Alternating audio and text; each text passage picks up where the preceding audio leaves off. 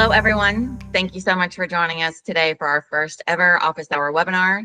My name is Samantha. I'm the Director of Customer Success here at Revenova, and I am thrilled to welcome you to kick off what will be an ongoing series of sessions designed to help you get the most out of your Revenova TMS. Today, we'll be diving into freight plans. Our goal for the session is simple. It's to help you better understand the functionality so you can streamline those processes, drive better results, and maximize your investment with Revenova.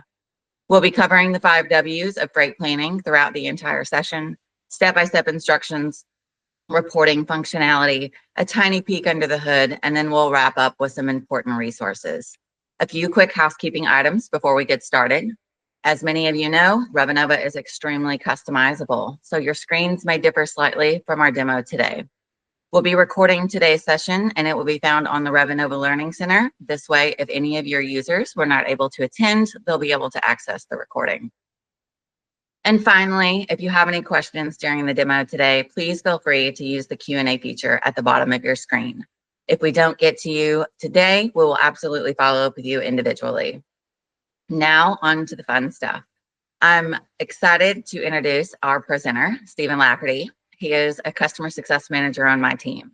Stephen's not only seasoned expert within Revenova, he also has a wealth of industry knowledge. So whether you're a system administrator, an end user, or simply someone looking to up your freight planning game, we're pretty confident that you'll find some value in today's session. I'm glad you're here and I can't wait to get started. And with that, I'll hand it over to Stephen to lead us through today's session. The Freight Plan console allows users to add multiple carriers to a single customer load, multiple customers onto a single carrier load, and the ability to add stops associated with a load's movement. The topics covered today will be how to place those customer loads into a freight plan, adding stops, creating carrier loads, identifying freight plan financials, reviewing consolidation procedures, identifying cost allocation, reviewing line item booking for your multi-pick, multi-drop loads, cloning a freight plan, some specific callouts during reporting, and identifying some field sets that could give your users better visibility. First, we will begin with how to place the customer load into a freight plan. There are 3 ways of doing so: from your loads list view, from the load record page itself, and from the freight plan console. First, beginning with the loads list view, simply check the box next to the customer load that you wish to put into the freight plan and click the freight plan button. From a load record itself, navigating to the stops area, there's the add freight plan button.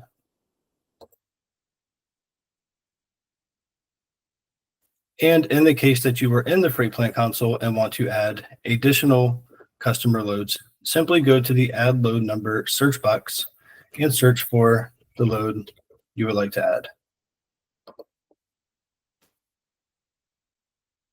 Next, we'll review how to add stops.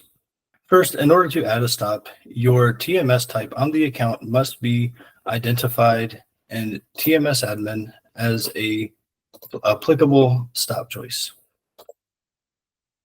So going into TMS admin and the configuration portion, scrolling past our global settings, we will get into the freight plan piece.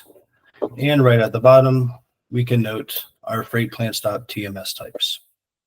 Now that we've identified our TMS type, we are going to begin with adding our stop. And in this case, I'm going to add a warehouse stop in between these 2 movements that will be leveraged for consolidation purposes. First, I will select my pencil and go to my added stops area, clicking the add button and beginning to search.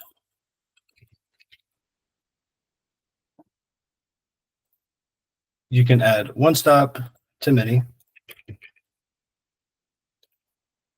And once you've identified your stops, go ahead and hit your refresh, and you will see them render in between the customer pickup and the customer delivery. Next, we will review how to create a template out of those stops. When thinking of creating a template, this will be in the case of a reoccurring stop that happens more often than not. An example of this would be a reoccurring cross-border movement or a reoccurring warehouse location where you often do consolidation. By creating a template and giving it a name, it allows users to simply search for the name of the template without having to manually engage with adding stops each time. Going back to our customer load in this freight plan, we're going to create a template. So again, we will hit our pencil, and what we are going to do is name this.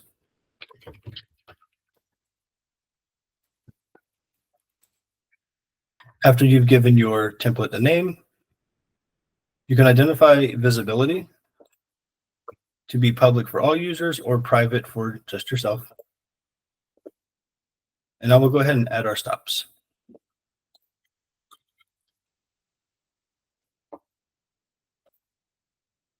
Once we've identified the stop we would like to add to this template, we are going to save. Hit a refresh to identify our stop falling as we would like to see it.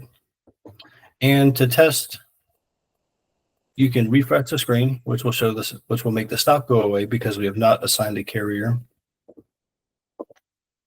And we can test out our template by searching it in this box here. Simply click the template's name and your stop will fall in place as expected. Next, we will go into creating carrier loads. Navigating back to our freight plant console for our customer load with our added stop, leveraging that freight plant template, we are going to account for a customer pickup to the warehouse location, from the warehouse location to the final customer delivery. It is important to note that during a load's creation, you identify the expected pickup date as well as the expected delivery date. However, when you add stops in the middle, these dates need to be addressed. So we will check the box next to the customer load and the applicable dropdown for the stop we are looking to add this carrier load movement to. Clicking new load, we will add our mode here. Hitting save. We will see our carrier load generate below. To add the date range to this stop here, you can do so by either navigating into the carrier load or into the customer load.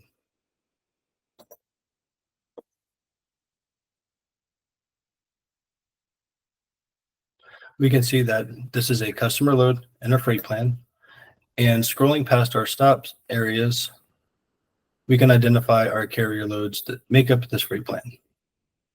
So we can see we have our expected date up top. This was identified during the initial loads creation. We are now going to add that expected date for this warehouse location.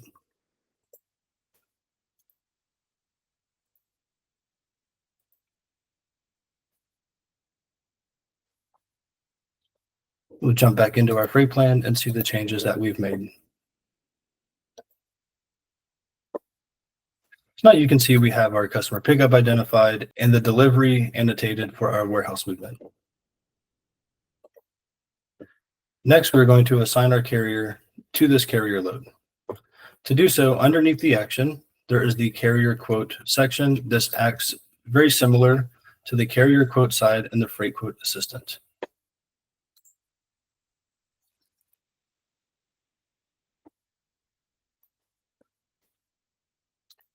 Identify our carrier service, add the financials as necessary, and go ahead and assign. Next, let's go ahead and add that final mile delivery. Again, we're going to check the box next to the pickup and the drop down next to the delivery location. Select a new load. We're going to identify our mode used.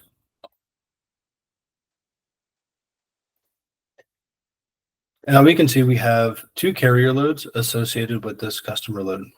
Anytime a carrier load is added, you must refresh the mileage in order to account for the added carrier load. So previously, we noted that we had to identify our delivery to our warehouse date. Now we're going to identify the pickup date from the warehouse to go to this final delivery. Again, we're going to go back to our customer load.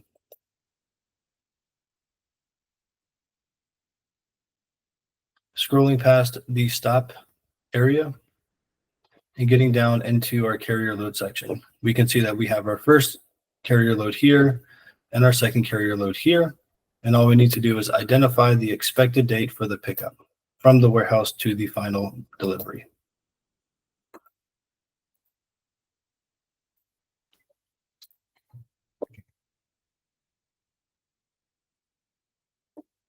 We're going to go back into our freight plan to see the changes made.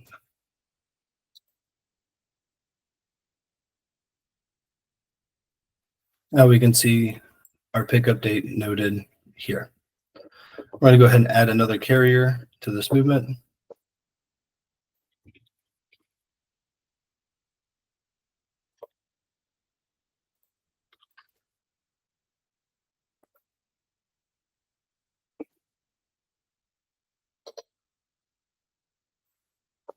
Now we can see we have 2 carrier loads assigned to our 1 customer load. We've identified our carrier quotes here.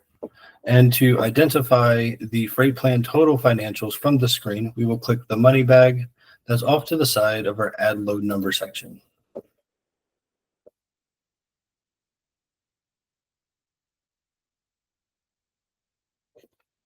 And here we can see we had a customer quote total of $1,000, a combined carrier total of $900, which leaves us with a quoted margin of $100.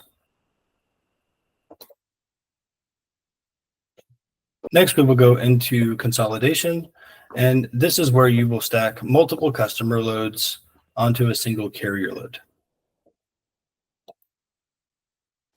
So from our freight plan console, we can see that we have 2 customer loads in this freight plan, and each have an individual pickup to our warehouse consolidation point. Next, we are going to put both of these customer loads onto a single carrier load. To do so, you can check these boxes individually, or you can select this drop down and select the unplanned. Next, you will identify the drop down for the delivery location.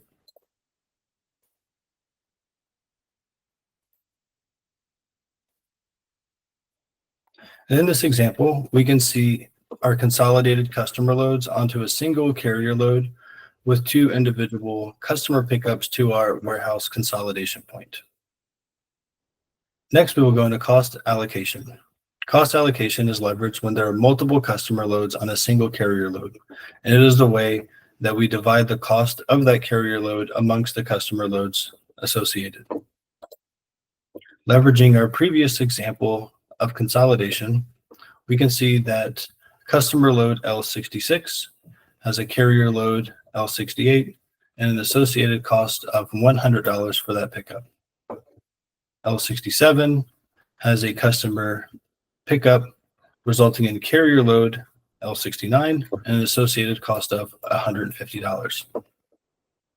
Our consolidated movement has a carrier cost of $1,000. In this case, our cost allocation method is leveraging the customer load's weight in order to divide any combined cost. In this instance, our weight is equal. So what we will see in the financials are $500 split evenly amongst the 2, in addition to their individual cost of $100 and $150. To identify this, we're going to click our financial summary.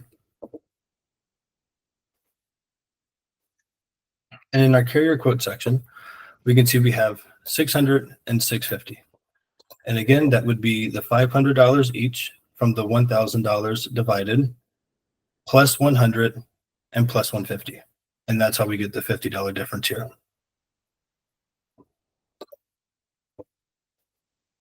Leveraging weight means that the load that weighs more will assume more of the cost. So let's go into one of our customer loads and adjust the weight.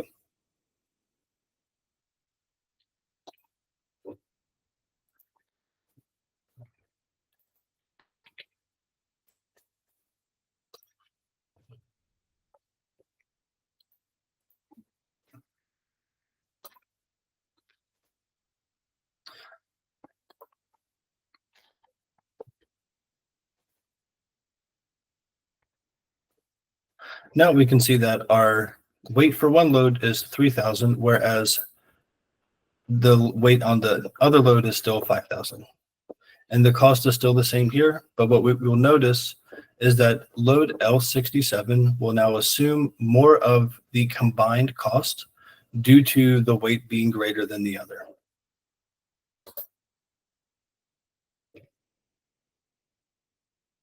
Here we can see 475 and then 775.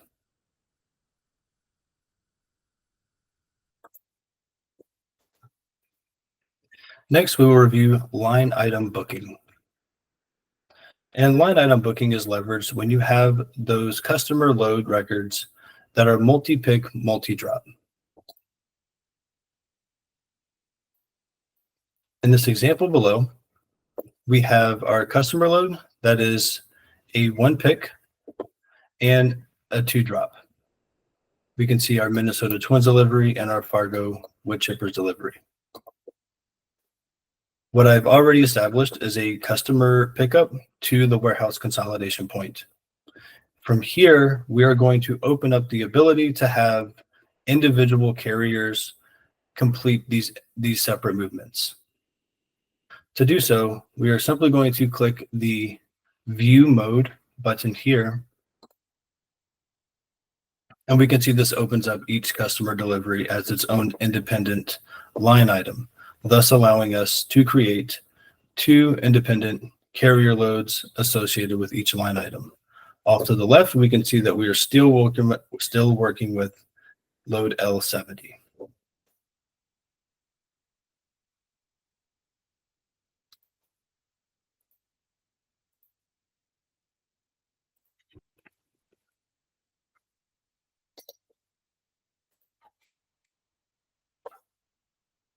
And the rest of the procedures work as we've previously covered with assigning the carriers to this movement.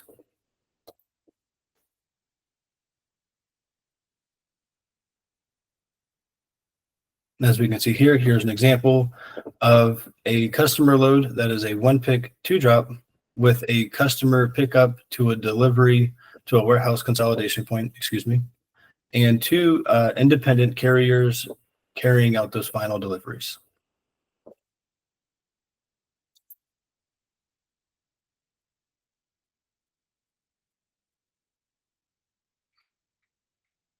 Next, we will review how to clone a freight plan. Leveraging our previous use case as an example, we will select our clone button, and we can identify which customer loads we would like to clone. Again, because this is one customer load split into 2, it's going to check both of these boxes. And we can also call out on the bottom if we would like to clone our customer quote and our carrier quote. Doing this allows users to clone the reoccurring movement and make any minor changes as necessary without having to recreate the entire freight plan. Next, we will move into reporting procedures, best practices, and recommendations. We'll begin by creating our own custom report type. To do so, we're going to navigate into the setup. Off to the left, search for report types and select. Once you're at this screen, select new custom report type. We will begin by selecting our primary object we look to leverage. In this case, we are going to be leveraging the load object.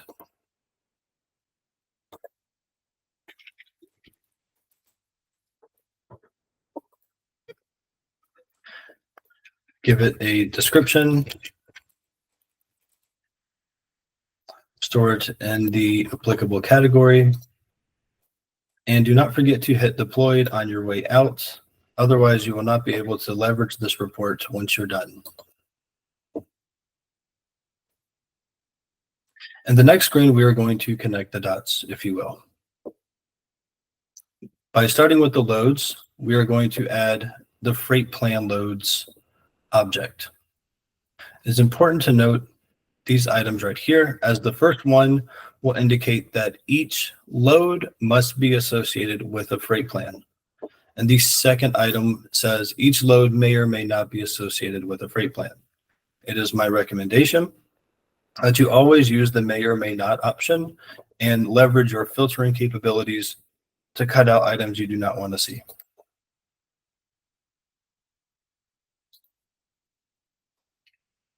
Once you've identified your two objects, go ahead and hit save.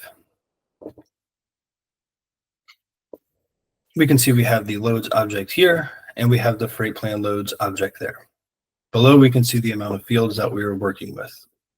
The reason why we start with the loads and not just go into freight plan loads is that, as you can see with the freight plan loads object, we're only working with 12 fields applicable, whereas in the loads object, we have 224. Now we're going to go ahead and create a report out of the custom template that we just created. We'll do so by selecting New Report and searching for the all underneath the recently used. Search for the name of the report that you just created and go ahead and hit Start Report.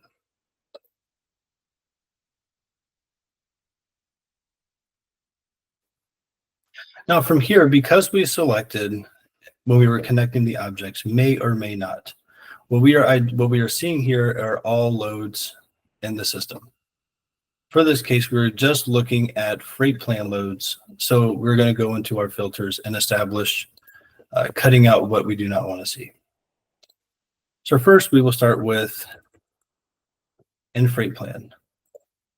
We will select this and freight plan equals true and apply. Next, we're going to call out the created date on the freight plan itself.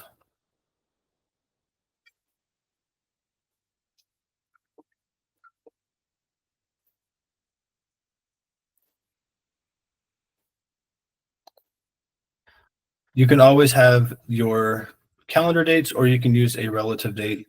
The relative date allows you to use phrases and allows the system to pick up what it is you're trying to say. In this case, I'm just going to say the created date equals today.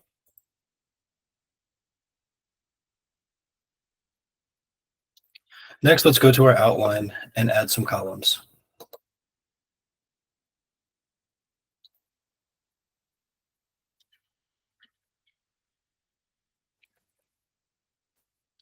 I'll first begin by adding the carrier load and customer load identifiers. These are checkboxes that call out what load type you're looking at.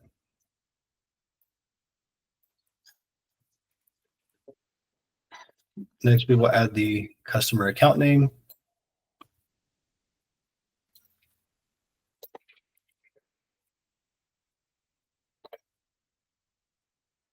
the carrier account name. We'll add the city lane for a visual and place some financials.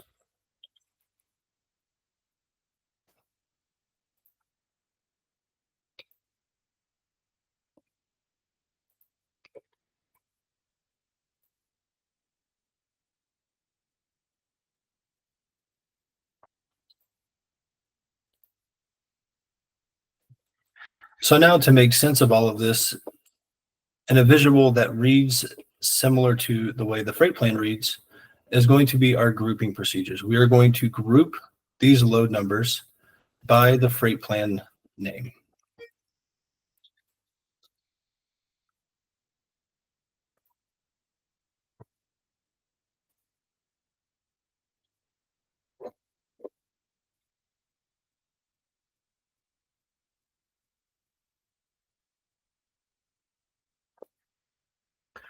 So we can see with freight plan 12, for example, we have 3 load numbers that make up freight plan 12. Load 66, 68, and 74. Our identifiers allow us to call out what these items are. For example, L66 is the customer load in this freight plan. 68 and 74 are both carrier loads. Note that the customer load checkbox is not identified on carrier loads in a freight plan. This is important for reporting procedures. because if you wanted to identify customer load volume, you would need to leverage the filter of customer load equals true, which, as you can see here, will cut out those carrier loads. In this column, we can see our customer account name, carrier account names, the city lanes for those applicable movements, our carrier quote total, our customer quote total, and our quoted margins.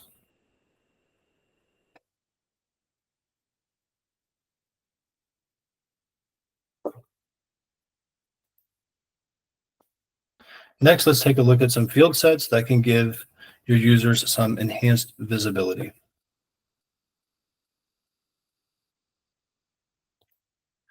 Navigating back to our setup, we're going to go over to the object manager, and we are going to search for the load object.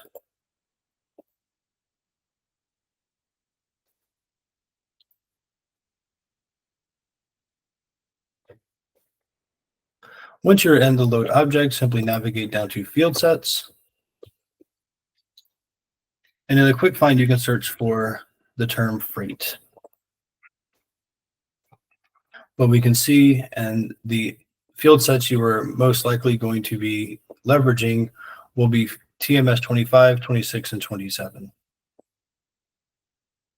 This allows for users to render additional fields shown as columns and the loads list of both the customer and the carrier. So pulling up a freight plan so we can see our changes in live time.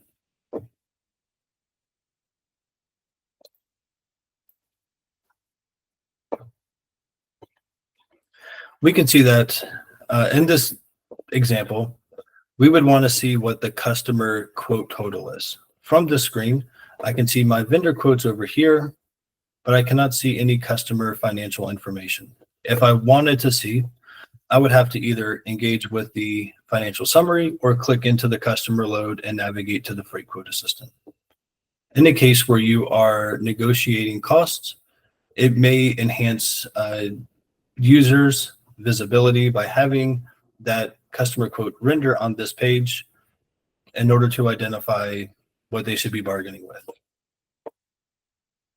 So this is the customer load section. We're going to leverage TMS 25.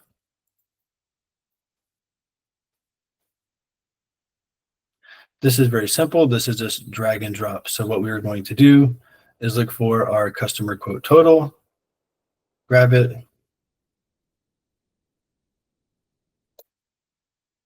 drop it, and save. Going back to our freight plan console and hitting the refresh.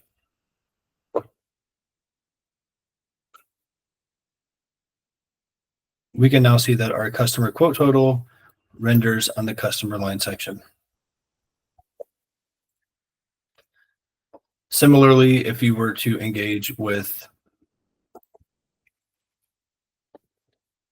TMS 26, you will add items to the carrier load section. TMS 27 allows users to add fields into that carrier load creation pop-up screen. So let's pull up an example and then add some items.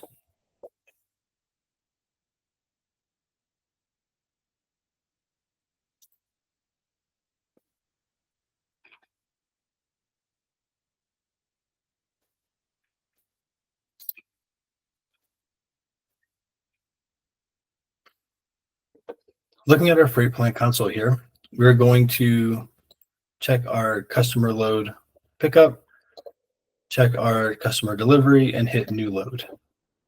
And this is that carrier load pop-up that field set is referencing. And an example of a use case where this would be applicable is identifying fleet-related customer pickups. Maybe your company has divisions or offices where you manage both a brokerage and a fleet instance. When creating these carrier pickup movements, it may be best to identify what that division may be. And so we can add a pick list here or whatever you may have custom built in your system onto the screen right here, so users can go ahead and flag any particular field that you have for visibility purposes.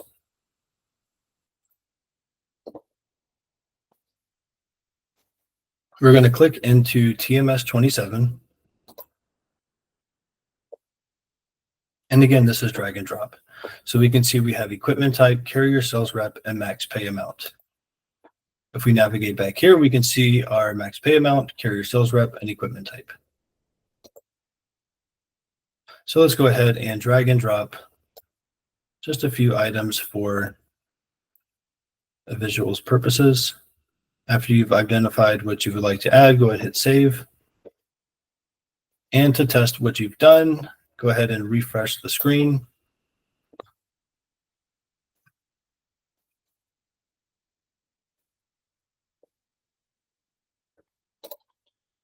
Again, we're going to check our box, check the drop down and select new load. And now we can see the fields that we've added via the TMS 27 field set. And at this moment, I'm going to pass it back over to Sam to go over some additional resources. Thank you for your time. Thank you, Stephen. I'm going to be wrapping up today with a few important resources. Each of you here or your system administrator should have access to the Revenova Learning Center, or the RLC. The RLC has several features in it today and soon will house much more, including these webinars and more educational content to come. In the RLC, you're able to enter support cases with our technical team, input customer requests for product enhancements or customizations. This is also where you'll find all of our technical documentation related to the Revenova TMS and access the Revenova community chat to connect with other Revenova customers. And of course, another resource is your customer success manager. They're here to help you navigate the organization and be your advocate here at Revenova. Thank you again for taking the time to join us today. We hope you found the session valuable. A huge thank you to Stephen for sharing his expertise and breaking things down in such a digestible format. As a quick reminder, the session was recorded and we'll be sharing the recording along with any additional resources talked about today within the Revenova Learning Center. If you have any questions or need additional support, don't hesitate to reach out to your customer success manager. We're always happy to help. Thank you, and we hope you have a wonderful rest of your day.